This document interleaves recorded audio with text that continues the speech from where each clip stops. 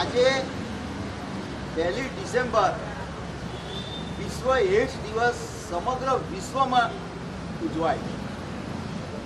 WHO વિશ્વ આરોગ્ય સંસ્થા અને યુનિસેફ આ બે સંસ્થાઓ એવી છે કે સમગ્ર વિશ્વના લોકોના આરોગ્યની ચિંતા કરે છે. દુનિયામાં અને દેશમાં દર વર્ષે નવા નવા રોગો, નવી નવી બીમારીઓ આવતી જાય છે અને મનુષ્ય એનો ભોગ બનતો જાય છે. ત્યારે એને અટકાવવા માટે શું કરવું જોઈએ, એને બચાવવા માટે શું કરવું જોઈએ, એ આ સંસ્થાઓ એની ચિંતા કરે છે. ત્યારે આપણે ગભરાઈએ છીએ કોરોનાથી. કોરોના આજે સમગ્ર વિશ્વમાં એટલો બધો વ્યાપક છે કે જે આપણને મૃત્યુ સુધી લઈ જાય છે.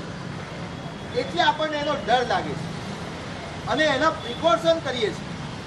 હજુ રસી આવી નથી એટલે દરેકને ડર છે કે જ્યાં સુધી રસી નહીં શોધાય ત્યાં સુધી કોરોના આપણને ભડકી જશે. કોરોના પહેલાનો આ એક એઇડ્સ ભયાનક રોગ છે. ઘણાને એઇડ્સ અને HIV શું છે તે ખબર નથી. એ બે વચ્ચેનો ભેદ નથી ખબર હોતો સામાન્ય લોકોને. HIV વસ્તુ અલગ છે, એઇડ્સ વસ્તુ અલગ છે. એઇડ્સ એ શોર્ટ ફોર્મ છે AIDS. એનું આખું નામ છે એક્વાયર્ડ ઇમ્યુનિટી ડિફિશિયન્સી સિન્ડ્રોમ. આ એક રોગ છે, એક બીમારી છે. અને HIV એ પણ એક શોર્ટ ફોર્મ છે HIV. એનું આખું નામ છે હ્યુમન ઇમ્યુનિટી ડિફિશિયન્સી વાયરસ. આ વાયરસ છે. HIV એક જંતુ છે, નાનો અમથો સૂક્ષ્મ જંતુ વાયરસ છે. એ એટલો બધો સૂક્ષ્મ છે કે આપણને નરી આંખે દેખાતો નથી. કેટલો સૂક્ષ્મ છે એ તમને કહું.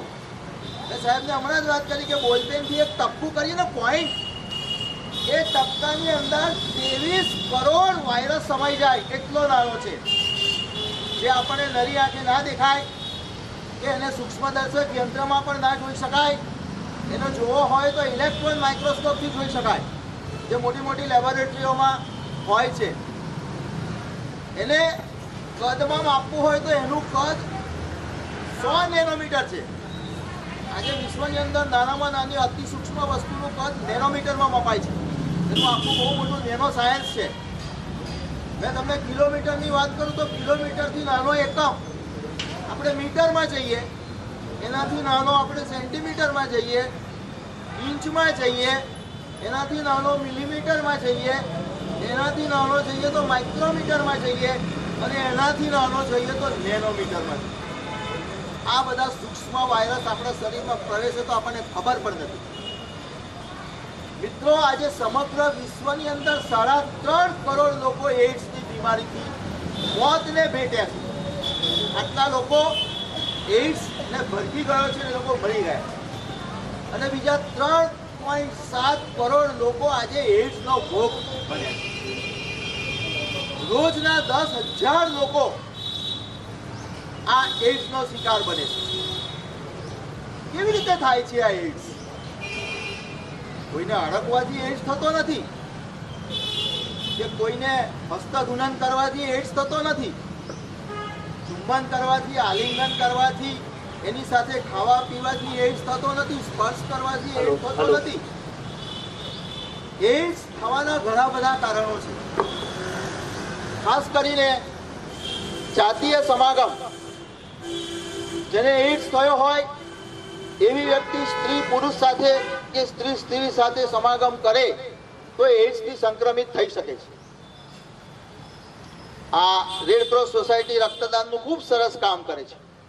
આપણે લોહી લઈએ છીએ અને જરૂરિયાતમંદોને લોહી આપીએ છીએ, પણ એ લોહી સુરક્ષિત તંદુરસ્ત વ્યક્તિનું હોવું જોઈએ.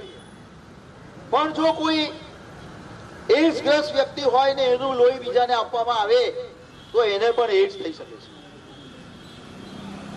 ખાસ કરીને વેશ્યાગમન ની પ્રવૃત્તિ જ્યાં થાય છે, ખાસ કરીને ડ્રાઈવર લોકો, રેલવે સ્ટેશન ઉપર જે કુલીઓ છે, એકાંતમાં રહેતા, એકલા અટુલા રહેતા સ્ત્રી પુરુષો છે, એ લોકો એડ્સનો વધારે ભોગ બને છે.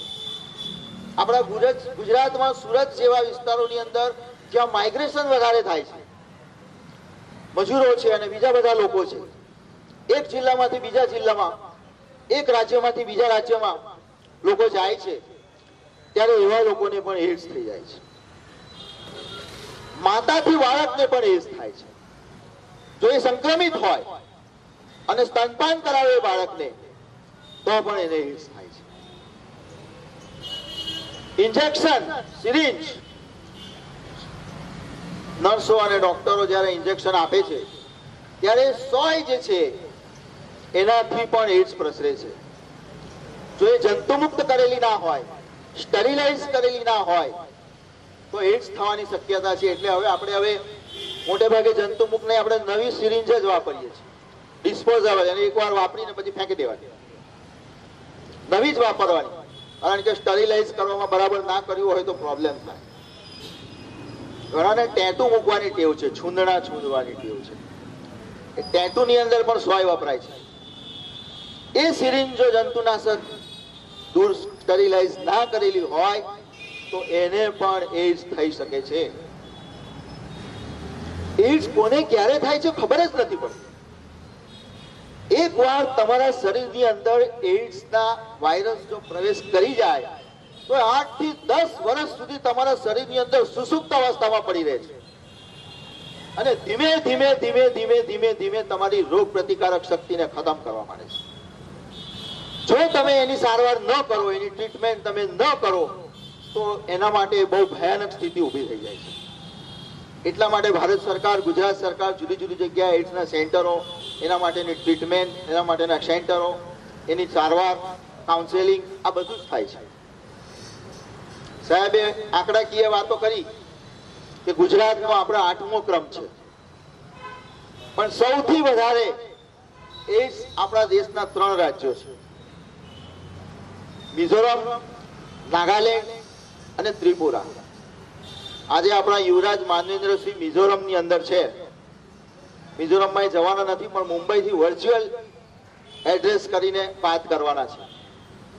એમણે મને વાત કરી કે આ 3 રાજ્યોમાં ભારતની વસ્તીના 2% લોકો એડ્સથી સંક્રમિત છે. સૌથી વધારે લોકો ત્યાં આગળ એડ્સનું પ્રમાણ વધારે છે, કારણ કે ત્યાં જાગૃતિ નથી, અવેરનેસ નથી, ઘણાને એનો ટેસ્ટિંગ નથી. હમણાં જ આપણે એમના પ્રવચનમાં જોયું કે આપણે HIV ના ટેસ્ટ નથી કરતા, કોરોનામાં આપણે ટેસ્ટ નથી કરતા, એટલે તમને ખબર ના પડે આટલા બધામાં બેઠેલા છે એમાંથી કોઈ પણ વ્યક્તિ કોરોના પોઝિટિવ હોઈ શકે છે, કારણ કે આપણને ખબર નથી. તમે જ્યાં સુધી ટેસ્ટ નહીં કરાવો ત્યાં સુધી તમે પોઝિટિવ છો કે નેગેટિવ છો એ ખબર કેવી રીતે પડશે? એડ્સનો આપણે ટેસ્ટ કરતા નથી. એટલે સૌથી વધારે જરૂર HIV એડ્સનો ટેસ્ટ કરવાની છે. બધી જગ્યાએ ઠેર ઠેર એના ટેસ્ટના સેન્ટરો હોવા જોઈએ અને આપણે આવા કોઈ પણ જાતના લક્ષણો દેખાય તો એનો ટેસ્ટ કરાવી લેવો જોઈએ. બીજા રાજ્યોની અંદર, બીજી મિઝોરમ સરકાર, તામિલનાડુ સરકાર, નાગાલેન્ડ સરકારમાં ઠેર ઠેર એના ટેસ્ટના સેન્ટરો ખોલવામાં આવે છે અને ત્યાં એનો ટેસ્ટિંગ કીટ આવે છે એની આખી, એ કીટથી એના ટેસ્ટ કરવામાં આવે છે. બીજી વાત કે જ્યાં સેક્સ પ્રવૃત્તિ વધારે થાય છે એને રોકવા માટે સલામત વસ્તુ છે કોન્ડોમ, નિરોધ. એનો ઉપયોગ બધાએ કરવો જોઈએ, બધાને ખબર છે, છતાં આજે લોકો સલામત સેક્સ માટે કોન્ડોમનો બહુ ઓછો ઉપયોગ કરે છે. આપણા દેશમાં કોન્ડોમનું નામ લેવું એટલે શરમ અનુભવીએ છે. મિત્રો, મેડિકલ સ્ટોરમાં જઉં છું ને ત્યારે મેડિકલ સ્ટોરમાં તમે દવાની ગોળી નામ સાથે બોલો, મને માથાની ગોળી આપો, મને તાવની ગોળી આપો, મને આ વસ્તુ આપો, તે આપો, પણ કોન્ડોમ જોઈતું હોય ને તો તમને જાહેરમાં બોલવામાં શરમ આવે છે. પેલું આપો ને, પેલું આપો ને. કેમ ભાઈ, એનું નામ નથી? પેલો મેડિકલ સ્ટોર વાળો બી સમજી જાય, એને કોન્ડોમનું પેકેટ આપે તે પણ પડીકામાં કાગળમાં બાંધીને દોરી વીંટાળી નાખે છે. કેમ આટલી બધી સૂગ અને શરમ? જે વસ્તુ આપણા માટે જરૂરિયાતની છે, સલામત સેક્સનું, સુરક્ષાનું એક મહત્વનું સાધન છે, તો એનો યુઝ કરવામાં, જાહેરમાં બોલવામાં શરમ છે નહીં. જો તમે એનો ઉપયોગ કરતા જ હો તો મેડિકલ સ્ટોરમાં જઈને મને કોન્ડોમનું પેકેટ આપો એવું બોલવામાં શું શરમ આવે છે? યુવરાજ સાહેબે ગયા વર્ષે તામિલનાડુમાં 1 લાખ કોન્ડોમનું વિતરણ કર્યું અને આજે મિઝોરમ રાજ્યની અંદર 2 લાખ કોન્ડોમનું વિતરણ વિનામૂલ્યે કરવામાં આવે છે. આપણા દેશમાં એનજીઓ આ કામ કેમ નથી કરતી? આપણા નર્મદા જિલ્લાની અંદર એનજીઓ કે બીજી સ્વૈચ્છિક સંસ્થાઓ આ કામ કેમ નથી કરતી કે જ્યાં એડ્સનું પ્રમાણ વધારે હોય અથવા જાગૃતિ ઓછી હોય, અવેરનેસ ઓછી હોય એવી જગ્યાએ વિનામૂલ્યે કોન્ડોમનો વિતરણ કરીએ અને સેક્સ કરતી વખતે એમને કહીએ કે કોન્ડોમનો યુઝ કરો. એવું નથી કે કોન્ડોમનો યુઝ કરવાથી એડ્સ ના થઈ શકે. જો કોન્ડોમ સલામત રીતે એનો ઉપયોગ ના કરો, કોન્ડોમ ફાટી ગયેલું હોય તો પણ થઈ શકે છે. એટલે આ કોન્ડોમનો ઉપયોગ કેવી રીતે કરવો એ પણ ખબર હોવી જોઈએ. જેવી રીતે એટીએમ મશીનમાંથી પૈસા નીકળે છે એવી રીતે બીજા રાજ્યોમાં કોન્ડોમ મશીન આવે છે. તમે 1 રૂપિયાનો સિક્કો નાખો એટલે મફત કોન્ડોમ તમને મળે. એવા સેન્ટરો આપણે ત્યાં કેમ નથી ખુલતા? મારી સંસ્થા દ્વારા આ પ્રવૃત્તિ કરવાનું હું વિચારી રહ્યો છું. ટૂંક સમયમાં અમે આ કરવાના છે કે આપણે આ કામ કરવું પડશે. એડ્સની વ્યક્તિ જાહેર થાય એમાં પણ લોકોને શરમ આવે. દાખલા તરીકે મને એડ્સ થયો હોય તો હું કોઈને કહું નહીં કે મને એડ્સ થયો. જો હું એકવાર કહી દઉં કે મને એડ્સ થયો તો લોકો મારાથી દૂર ભાગે, મને હળધૂત કરે, મારી સાથે કોઈ હળે મળે નહીં. અરે હું પોતે તો ઠૂક તો મારા ફેમિલી વાળા બી મારાથી દૂર થઈ જાય કે કદાચ મને એડ્સ થઈ જશે. પણ એડ્સ અડકવાથી કે હસ્તધૂળન કરવાથી ચેપ નથી લાગતો. અત્યારે આપણી સામે ભરતભાઈ છે, આપણા જાણીતા પત્રકાર, એમણે જાહેર કર્યું છે કે હું HIV પોઝિટિવ છું. કેટલા વર્ષોથી અમે સાથે રહીએ છીએ, તમારી વચ્ચે જ બેઠા છે, કશું નથી થતું. જો તમે એની યોગ્ય સારવાર, યોગ્ય ટ્રીટમેન્ટ કરો, એના માટે ART સેન્ટરો હોય છે. એ ART સેન્ટરની અંદર એની ટ્રીટમેન્ટ કરવામાં આવે તો 10 વર્ષ સુધી, 5 વર્ષ સુધી તમે લાંબુ જીવી શકો. એટલે એડ્સ પોઝિટિવ હોય તો પણ એ લાંબા સમય સુધી એ વ્યક્તિ જીવી શકે છે અને પોતાની ખુશહાલ જિંદગી જીવી શકે છે. તો એડ્સ થી ગભરાવાની જરૂર નથી, ડરવાની જરૂર નથી, હિંમતભેર આગળ આવવાની. જેવી રીતે તમે કોરોના પોઝિટિવ થઈ જાઓ છો અને જાહેર થઈ જાઓ છો, એવી રીતે HIV એડ્સ પોઝિટિવ થાવ તો જાહેર થાવ અને લોકોની વચ્ચે આવો અને તમે એની ટ્રીટમેન્ટ, સારવાર કરો. આજે ટેસ્ટ ન કરવાને લીધે આપણા દેશની અંદર 97,000 લોકો એવા છે કે જે એડ્સ થી સંક્રમિત છે પણ એમને ખબર નથી કે મને એડ્સ છે, કારણ કે એમણે એનો ટેસ્ટ નથી કરાવ્યો. એમના શરીરની અંદર એના લક્ષણો છે, વાયરસ છે, પણ એમને પોતાને ખબર નથી કે મને એડ્સ છે.